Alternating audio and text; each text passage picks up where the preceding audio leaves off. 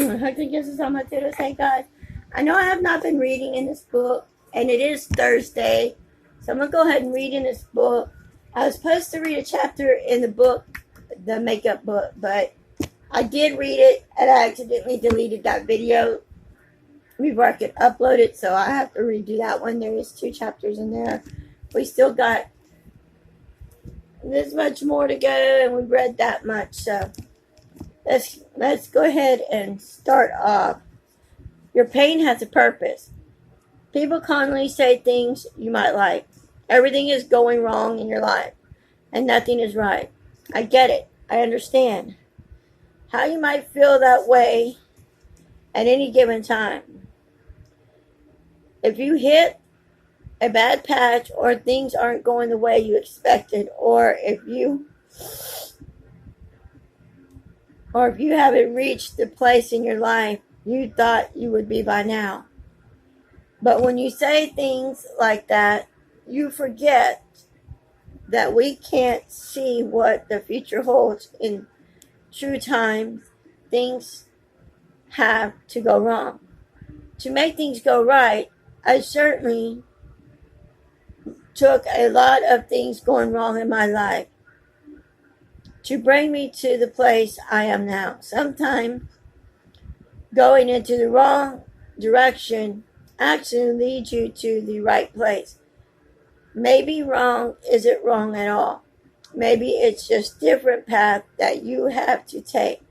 Sometimes things have to run out in the way that you don't want them to, so your future can turn out better.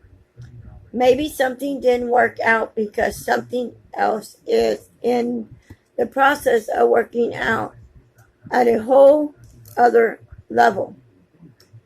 Maybe a particular thing had to go wrong to push you to the place that you never would have ever gone if your first thing had worked out right. Had it succeeded, maybe you never would have gone where you need to go.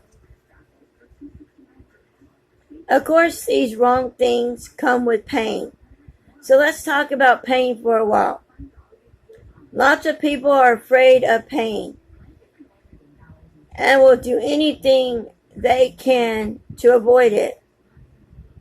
They'll avoid uncomfortable situations to stay away from emotional pain.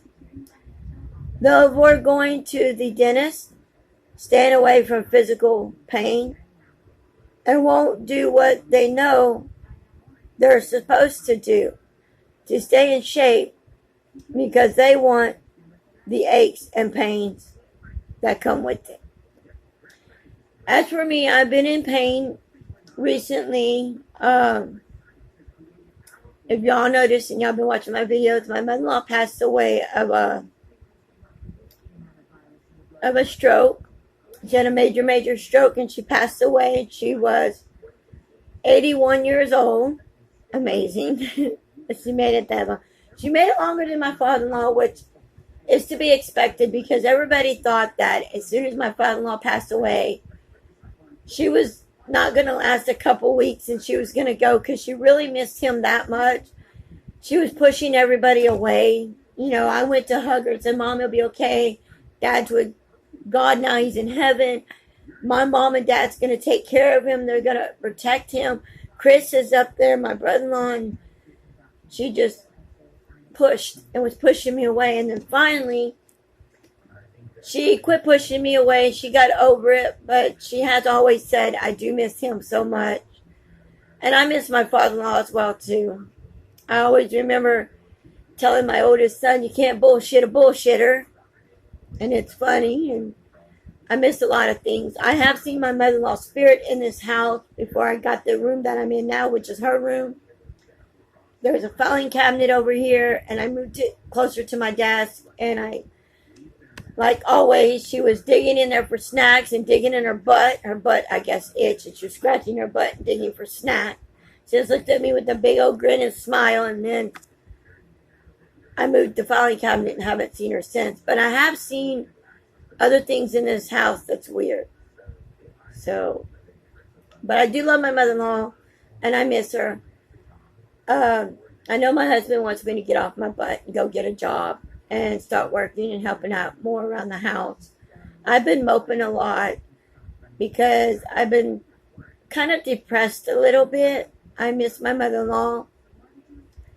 And my uncle just recently passed away, like the Monday after we buried my mother-in-law. I found out my uncle passed away. And they buried him yesterday. He got buried. And I didn't get to go to his funeral because this bad weather and the fact that he's in Kentucky and we're under thunderstorm warnings right now, and it's thundering and lightning outside, and it's raining here in Texas. But to let y'all know, we're okay. We are near the water, but we're okay. I'm like 4 minutes away from Sylvian Beach. But we're cool. But I'm trying to work out my issues, and I haven't really talked to my husband about it or said anything, but I told him once, when his mom dies, I have to get a job. I understand. I want to wait till the month of January to get a job because I'm trying to get this house organized and in order. And I told him, I said, here's what I'm going to do. I'll go to work in January and look for a job, even if mom's gone or not gone. And since she's gone, he said, okay. And I'm trying my best, but it hurts. I've had so many people gone in my life, and I miss my mother. I miss my father. It's my granny. But getting back to the story, the pain has a purpose, and that purpose has extremely big impact on your life. Pain basically does two things for you. The first, it shows you what's dangerous. If it kind of picks up a piece of broken glass and get cut, the physical pain tells him that he shouldn't do that anymore, or that he should at least be more careful if he does it again.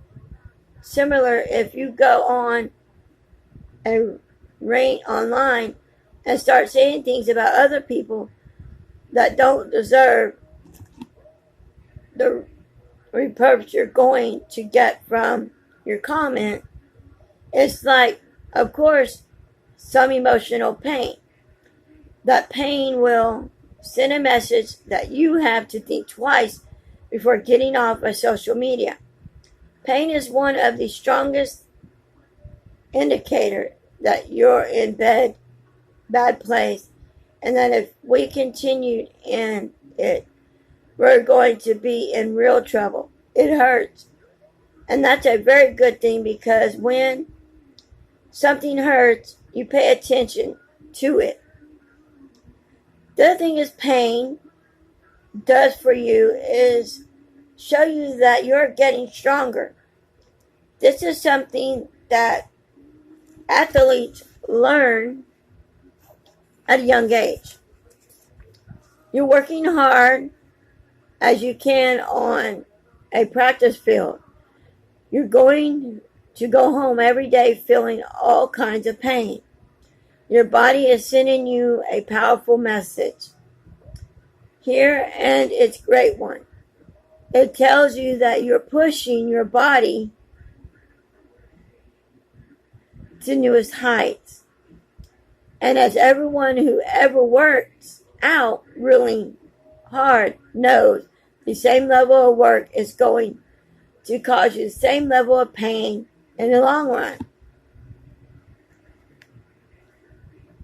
Eventually, your body will adjust, at which point you will keep pushing harder. But that other conversation, the same, is true of your emotions. People sometimes talk about going outside of a comfort zone. Most of us like to stay where we're comfortable, because we usually don't feel any emotion pain. there. Yesterday, my husband and I went to the store, and I had this leg over here on top of this leg, and this leg was down like so.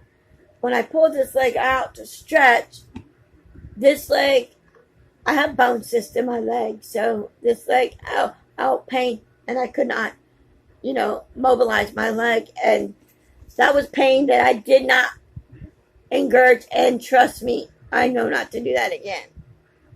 But it did hurt.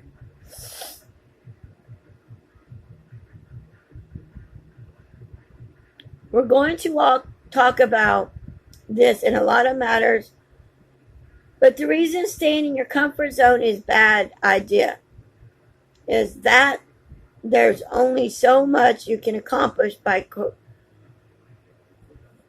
continuing to do the thing you've always done. I know going outside your comfort zone is painful, right? Definitely, as anyone knows who has ever tried to master new skills, meet new people, or try new projects. I can't hurt in a short run, but just as the workout pain decreases the more you push yourself physically. The same goes for emotions, and you get the big prize. When you do these things, you grow as a person. Being a cheerleader is painful as well as being on the drill team. I was both. It was hard. And a lot of people, you go through a lot of things and you're like emotional. Kate Corners, I think that's what it is, Kate Corners. I watch her on YouTube. She's a cheerleader. And I watched her because she did a video where she had did some cheers and stuff like that. Being young, and being in sports, it's good. But once you get older, you do feel more pain. But I can say that a lot of kids these days in elementary school, junior high, and high school, they go through emotional pains because they are being bullied or people are making fun of them. I know my stepdaughter came home one day and she was upset. She said, they called me waitress. And I was like, that's not pain. That's not nothing. They're just calling you waitress. Basically, what they were telling her is she's going to be a waitress all of her life. And she's going to amount to be nothing. And I said some horrible things about, my stepdaughter and my boys. My husband said, and I had to agree with him. My oldest son, Jeffrey, he is handicapped, yes. He lives in Arizona. He has his own place. And he sits on the TV all day and play video games. Okay, that's amounting out to be nothing. But he wants to invent video games. Okay, you want to invent video games. You don't sit there and play video games all day. You get a computer and you draw and you be an architect and start drawing things out on how to do that. My other son, he's a manager of Wendy's and he's awesome and he's, he is fulfilling his life. He said, Mom, this ain't the job I want to do for the rest of my life, but if it's what I have to do to make ends meet, I'm going to do it to make ends meet. He said, if there's one thing that Pat and you taught me is you can't be selfish on a job. Whatever job you get, you get. If you're there for 10, 20, 30 years of this job, that's good. Whether it pays you minimum wage or pays you $15 an hour. Take that job. It's money in your pocket. Yeah, you got bills to pay. And you get it done. And as for my stepdaughter, being on probation and paying courts and things like that, people do need to grow up. And they need to realize that what they're doing, it's not going to help you in the long run. You need to get you a pen and a piece of paper and write some goals down. Like today, I wrote some goals I needed to get done today. Find something to cook for dinner was a goal that I wanted to get done today, and I did. I needed to clean the bathroom and clean off the entertainment center. There's junk on the entertainment center that should not have even been there. And it was dusty and dirty. It needed to be cleaned. I haven't cleaned it in like months. The bathroom either. And my husband shaves and gets all of his hairs in the bathroom sink. I cleaned it. Make this video the greatest you. I'm doing that now. Cleaning out my container from the other room to the new room. That's another thing. I know I won't get the container cleaned out today, but if I do, amen. Praise the Lord. Hallelujah.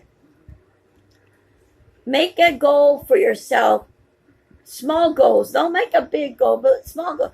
Even if it's doing a makeup declutter and you want to declutter foundations, lipsticks, makeup brushes, whatever it is. Make that a goal and set it for that day. Make the video if you want to make the video on it. Make the video. If you want to clean up, go around the house and clean every ceiling fan you have in the house, and that's a goal, then go for that goal.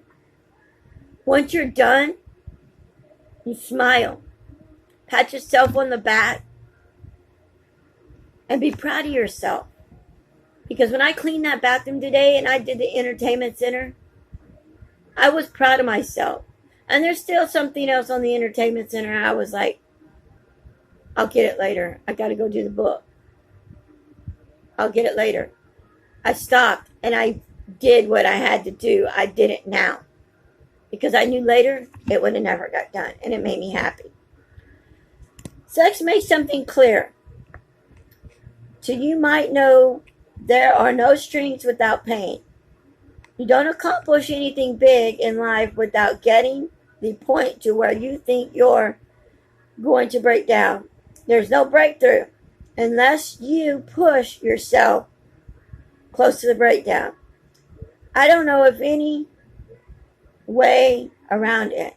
It doesn't mean that you have to live in crisis mode all the time. That's not healthy either. Our athletes have rest days or days when they sit back in training. People don't go out of their comfort zone every single day. They embellish a new and bigger comfort zone for a while and then push outside of that. But feeling the crisis coming on isn't actually a sign that you should repeat. First, you need to ask yourself if this is a sign that you're expecting a period of growth. Is it pain that you are feeling? An addiction? That you're actually getting closer to where you want to be? Take a careful look at that, because if it isn't, then you need to keep pushing through the pain. When my husband told me to get a job and he needed help, I cried and cried and cried because I told him what I wanted to do. And I got on to him and I said, I'm going to pack my stuff and just move out. That's what you want, right? He said, no, baby, it's you and me through thick and thin through the rest of our lives. I smiled, had a big grin on my face, hugged my husband, gave him a kiss, and said, that's all I wanted to hear, is you say that. And I got you to say it. And I've been wanting you to say that forever and a day. And there's times my husband, he will say, I love you.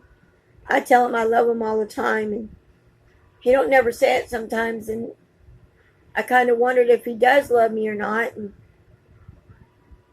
he looked at me and just one day out of the blue, come in the kitchen as I was cooking. He put his arms around me and kissed me on my neck right here and said, you're the best thing that's ever happened to me in my life. I love you with all my heart.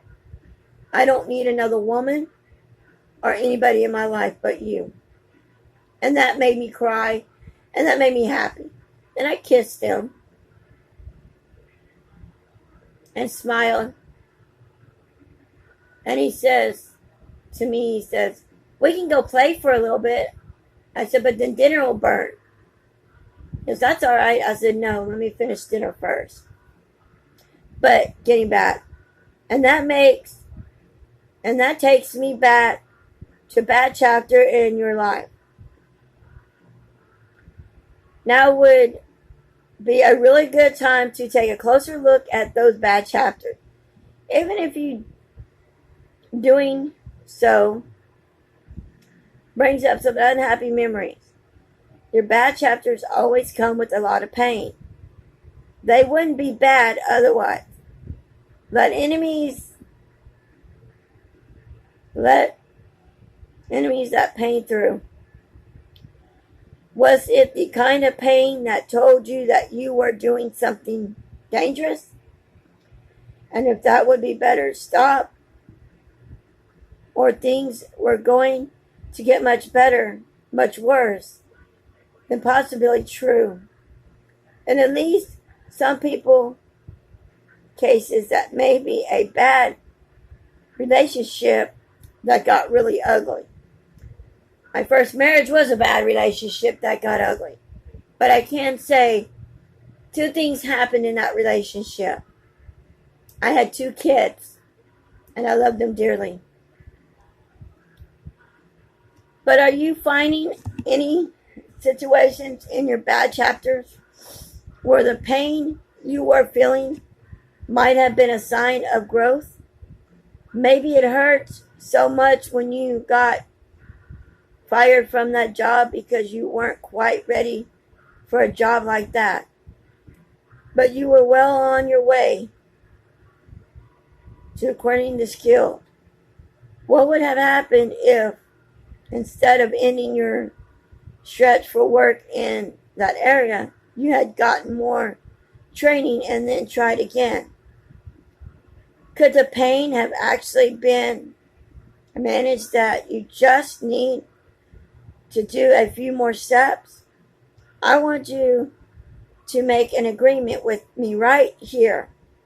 I want you to commit to seeing pain in your new way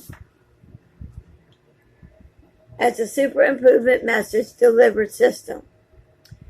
If someone were trying to get an important message to you, would it make sense for you to run away from the messenger? Of course not. So listen to the pain and learn what it is telling you. If you can do that, I'll keep showing you the way to make those messages and use them to grow and become the best possible version of you. Okay. So, everybody has a purpose in life, and everybody's trying to find a purpose in life. And as I keep on reading this book, I'm getting better and better. I just found out right now I'm just thinking about some stuff in my life. And people have put me down so many times. I just got through watching last night America's Got Talent. The little blind boy played the piano and sang. And he won. So then I look at my husband and I'm like, maybe I could get on America's Got Talent. I could sing, dance. I could do something. But then I'm like, the humiliation, no. Then I thought, watching MasterChef, yes, Dorian, the girl that I wanted to win, did win. I knew Dorian was going to win because she was cooking from the heart. And I don't think the other cookers were cooking from the heart like she was. So I'm very proud of Dorian.